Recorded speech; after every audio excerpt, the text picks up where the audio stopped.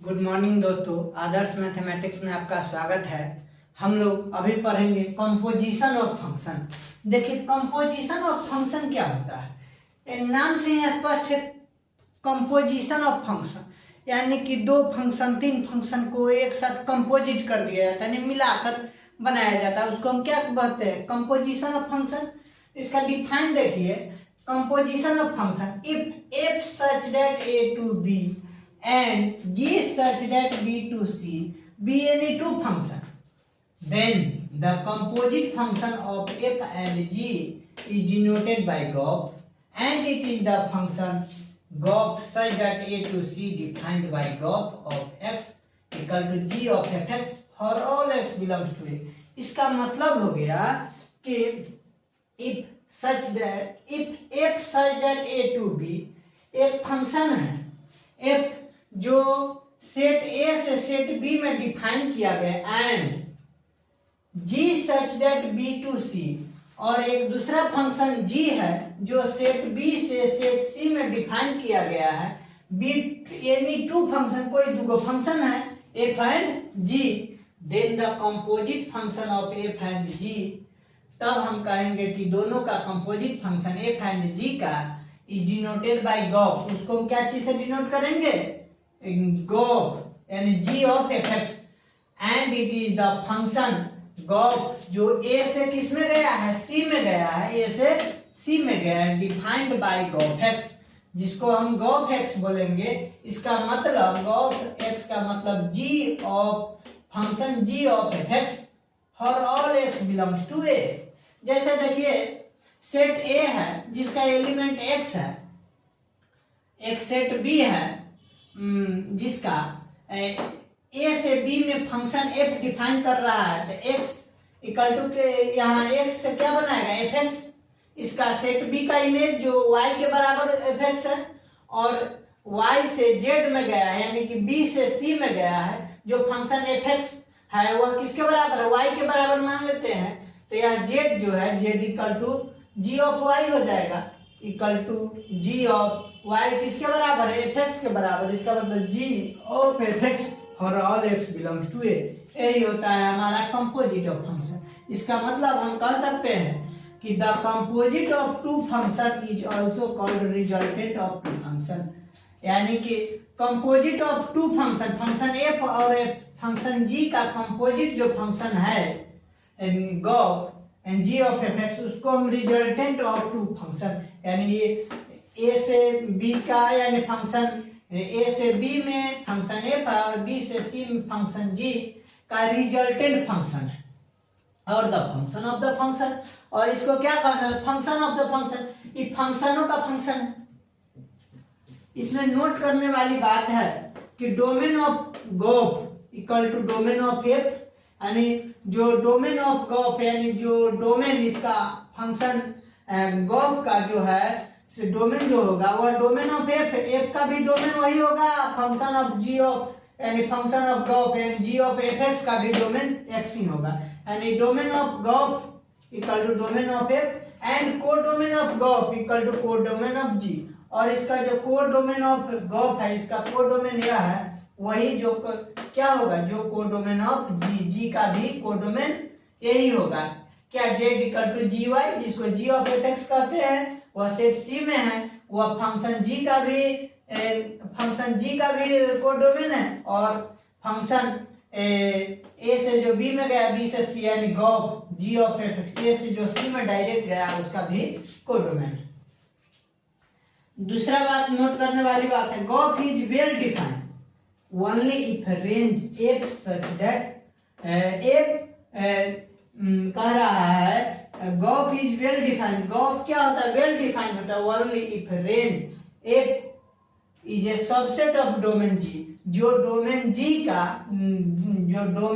g का ये क्या होता है, सबसेट होता है। तीसरा तब पॉइंट नोट करने वाली बात है, if gof is defined then it is not necessary that fog is defined. कहा जाता है कि फंक्शन में यह गॉफ डिफाइन कर गया, इसका मतलब यह जरूरी नहीं है कि फॉग भी डिफाइन करे, यानी कि इधर से फंक्शन गॉप डिफाइन कर गया, इसका मतलब इधर से भी कर जाए की कोई जरूरत नहीं है। इसी पर एक एग्जांपल देखते हैं, आगे इसको मिटाते हैं।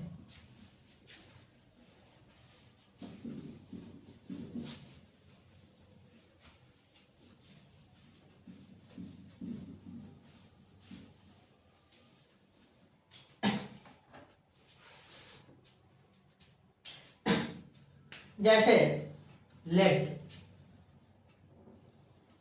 एफ इक्वल टू पेयर के रूप में लिखते हैं 1 2 2 3 1 2 2 3 1 2 2 3 4 5 और एक फंक्शन g है जिसको हम लिखते हैं पेयर के रूप में 2 3 3 5 2 3 3 5 2 3 3 5 5 2 है। इसका मतलब हम यहाँ से लिख सकते हैं domain of F dom F लिख देते हैं। डोमेन ऑफ एफ का वैल्यू क्या हो जाएगा, इसमें हो जाएगा हमारा 1 2 4। डोमेन ऑफ एफ 1 2 4 हो जाएगा। और रेंज ऑफ एफ क्या हो जाएगा, देखिए रेंज ऑफ एफ हमारा हो जाएगा 2 3 5। यहां से हो गया 1 2 4 हमारा डोमेन ऑफ एफ हो गया फंक्शन एफ के लिए, और रेंज ऑफ एफ यहां से हो जाएगा 2 3 5। उसी प्रकार डोमेन ऑफ जी हमारा हो जाएगा 2 3 5 2 3 5, और रेंज हो जाएगा हमारा रेंज ऑफ जी, यानी रेंज जी डायरेक्ट लिखते हैं, या हमारा आ जाएगा 3 5 2। इसका मतलब हम यहां से कह सकते हैं कि range F is a subset of domain G. Range F जो है वह डोमेन जी का सबसेट है। नोट किए थे फर्स्ट पॉइंट वही। इसका मतलब हम कह सकते हैं therefore gof is defined. Gof क्या करेगा, डिफाइन कर जाए।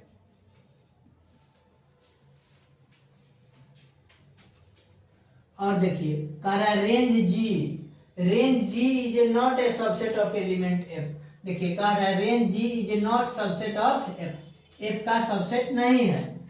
इसका मतलब हम लिख देते हैं therefore range G is a subset of is not a subset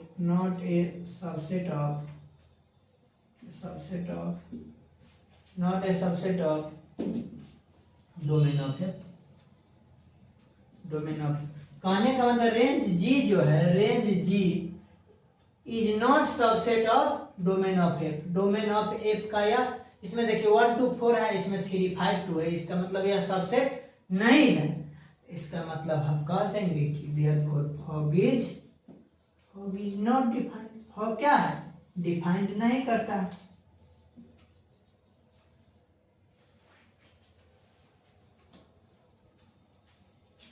इसका मतलब हम कह सकते हैं, इधर लिखते हैं also domain of GOP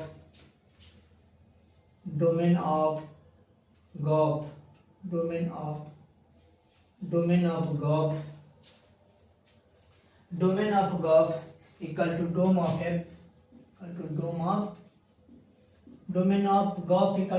of f equal to क्या आ जाएगा हमारा यहाँ डोम ऑफ एफ क्या है 1 2 4 1 2 और 4 हो जाएगा हमारा।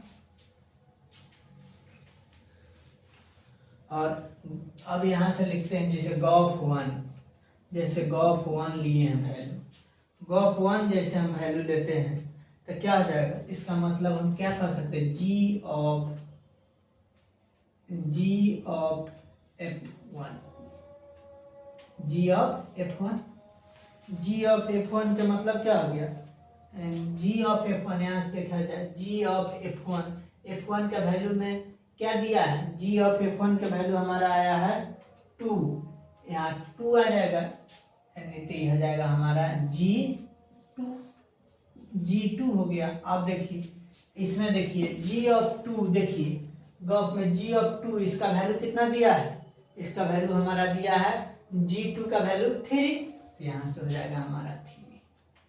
फिर उसी प्रकार एक और देखते हैं, गॉफ 2, जी ऑफ Fx2 का वैल्यू देखिए F2, इसमें 2 है, 2 का वैल्यू कितना दिया है 3, तो ये हो जाएगा हमारा जी ऑफ F2, इसको लिख देते हैं इक्वल टू हमारा कितना वैल्यू दे रहा है, इसका मतलब हमारा ये दे रहा है जी F2 का वैल्यू यहाँ दिया है 3, और G3 का देखिए, G3 का वैल्यू हमारा दे रहा है 5, तो यहाँ से हो जाएगा हमारा इसका वैल्यू 5 हो जाएगा।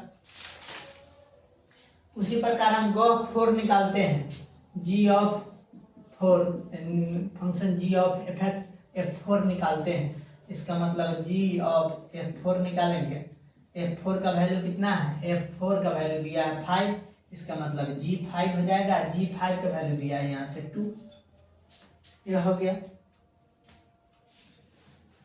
इसका मतलब रेंज अगर निकालना हो, देयरफॉर रेंज ऑफ गॉफ हमारा हो जाएगा कितना, यह होगा 3 5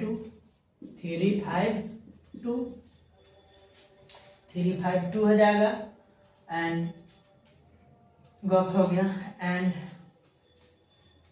इसको हम पेयर के रूप में लिख दें, एंड गॉफ का पेयर के रूप में अगर हम लिख दें, यहाँ से हम क्या क्या लिए हैं, यहाँ से हम लिए हैं 1, तो आया है 3, 1 3, और क्या लिए हैं यहाँ से 2, तो आया है 5, 4 लिए हैं तो आया है 2, यही है, यही हो जाएगा हमारा गॉफ, यहाँ तक हो गया। एंड गॉफ इक्वल इतना हो गया। इसका मतलब हम क्या किए हैं, फंक्शन f लिए हैं जिसमें 1 2 2 3 4 5 है, फंक्शन g लिए हैं जिसका वैल्यू 2 3 3 5 5 2 है, तो हम इसका डोमेन f लिख लिए, डोमेन f में 1 2 4 हो गया, रेंज ऑफ f में आ गया हमारा 2 3 5 हो गया। उसी प्रकार यहाँ से देखिए डोमेन ऑफ g इसमें हो जाएगा 2 3 5 हो गया, और range of g equal to 3 5 2 हो गया, 3 5 रेंज ऑफ g 3 5 2 हो गया। इतना बात लिख लिए। हम क्या जानते हैं कि यहाँ देखिए range of f is a subset of domain g, range of f देखिए range of f is a subset of g, इसका सबसेट है डोमेन ऑफ g का, इसका मतलब गॉफ डिफाइन करेगा, therefore range g is not a subset of domain f। देखिए कह रहा range g is not defined, range g is not a subset of domain g, therefore fog is not defined, क्योंकि यह subset इसका नहीं है, जिसके कारण यह फॉग नहीं डिफाइन करेगा, सिर्फ हमारा गॉफ डिफाइन करेगा। इसके अंदर domain of g of F x equal to domain of f, यहाँ equal to f, domain of f कितना दिया है 1 2 4, यहाँ देखिए डोमेन ऑफ एफ 1 2 4, यहाँ देखिए, तो अब आगे हम 1 के निकालते हैं, 1 का तो जी ऑफ F1 निकाले का मतलब जी ऑफ F1 का वैल्यू कितना दिया गया है, देखिए F1 का वैल्यू हमारा दिया है 2, तो यहाँ से हो गया है 2, G2 का वैल्यू कितना दिया है, 2 का वैल्यू दिया है 3, तो यहाँ से 3 आ गया। फिर उसी प्रकार जी ऑफ F2 निकाले हैं, यहाँ से F2, तो इसका वैल्यू दिया है 3, तो यहाँ हो जाएगा हमारा F2 का वैल्यू 3, तो G3 का वैल्यू हो जाएगा हमारा देखिए G3 का वैल्यू है हमारा 5, तो यहाँ से 5। उसी प्रकार जी ऑफ F4 का वैल्यू निकल जाएगा 2, इसका मतलब रेंज ऑफ गॉफ हमारा गॉफ कहाँ से हो गया, ए से डायरेक्ट सी में हमारा रेंज जो हो जाएगा 3 5 2, और डोमेन हो जाएगा 1 2 4, जो डोमेन ऑफ एफ है, और गॉफ को हम पेयर के रूप में लिख देंगे, तो 1 3 2 5 और 4 2 हो जाएगा, यहाँ देखिए 1 3 2 5 और 4 2 हो जाएगा। एक और एग्जांपल देखते हैं, आगे इसको मिटा लेते हैं।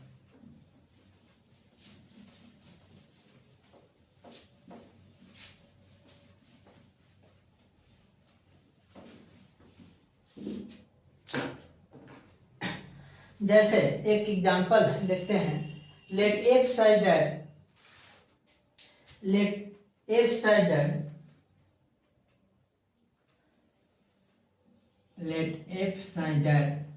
एक function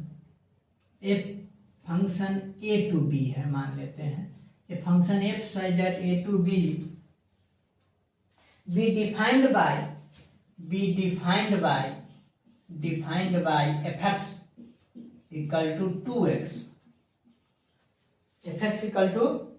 and g such that, मान लेते हैं C to D में गया है, g such that C to D be defined by नहीं, g B से C कर दीजिए, B से C में डिफाइंड है, be defined by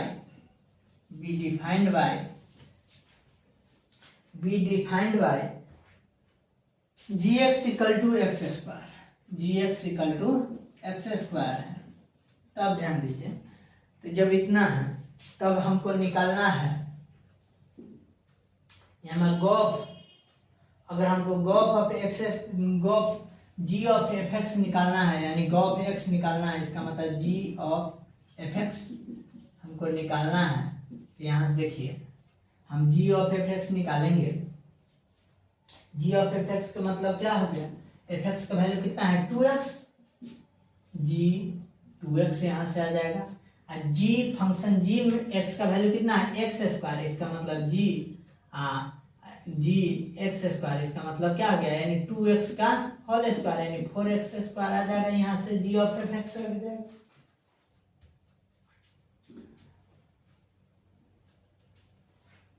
और अगर हमको यहाँ से फॉग निकालना होगा, फॉग एक्स निकालना होगा, इसका मतलब एफ ऑफ जी एक्स लिखेंगे।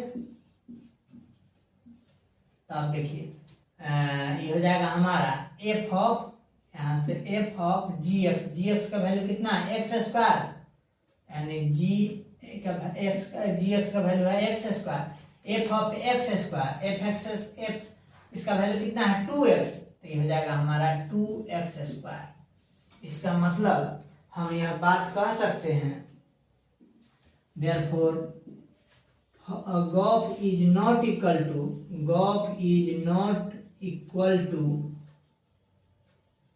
टू फॉग, गॉफ फॉग के बराबर नहीं है। इन द एबव एग्जाम्पल, इस एग्जाम्पल के आधार पर आप देख सकते हैं, इन द एबव एग्जाम्पल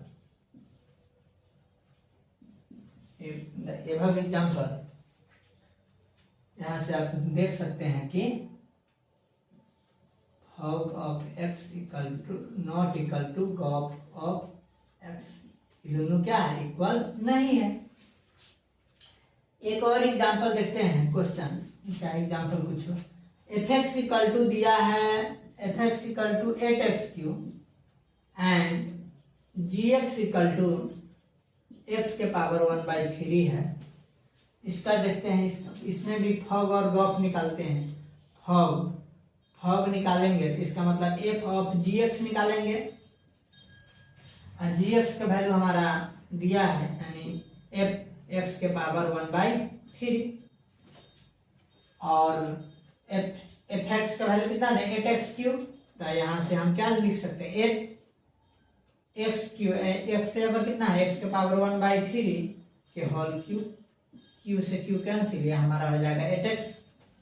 और इसी प्रकार हम गॉफ निकालते हैं, इसका मतलब जी ऑफ एफ एक्स निकालते हैं, तो हमारा एफ एक्स का वैल्यू कितना है 8x³, तो जी 8x³ हो जाएगा।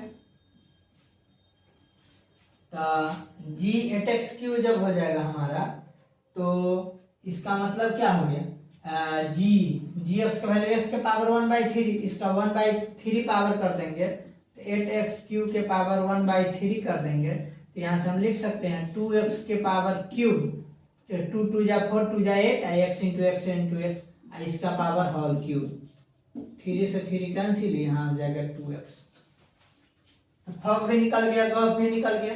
इसी प्रकार निकाल लेंगे आगे के क्वेश्चन में। आज के लेक्चर में यही एंड करते हैं। नेक्स्ट वीडियो में properties of composition of composition of function पढ़ेंगे। आज के लेक्चर में यही करते हैं। जय हिंद, जय भारत।